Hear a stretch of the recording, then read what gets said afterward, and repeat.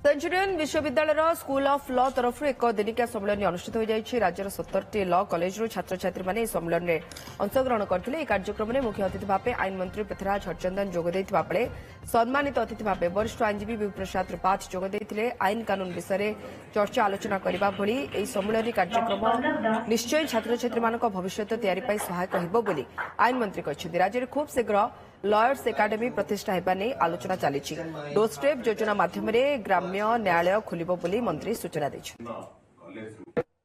गोटे सेमिनार विभिन्न 17टी विभिन्न कॉलेज छात्र छात्री को विभिन्न कॉलेज जो स्कूल ऑफ लॉ जो छात्र छात्री अच्छा एकाठी करवा विभिन्न लीगल फ्रेमवर्क हो विभिन्न प्रकार जो नुआ नियम गुड़िक हो नीति गुड़िक हो आईन हो कानून हो तापरे चर्चा आलोचना करवा एवं लीगल प्रैक्टिस रे व्यवहार करा विभिन्न टेक्नोलोजी उपर भी चर्चा आलोचना करवा।